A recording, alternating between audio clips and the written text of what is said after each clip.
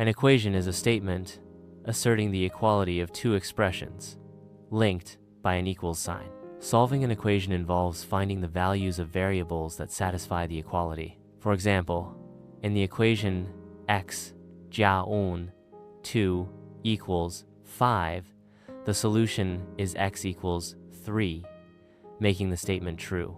Substitution of the solution back into the original equation verifies its correctness. Cubic equations, involving a variable raised to the power of 3, were solved in the 16th century.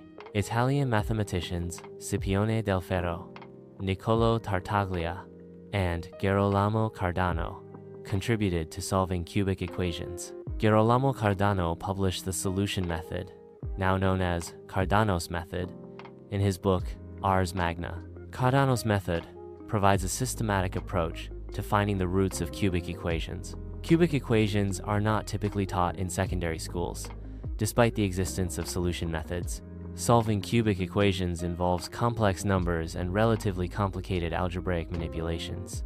The curriculum prioritizes other mathematical topics considered more fundamental or widely applicable.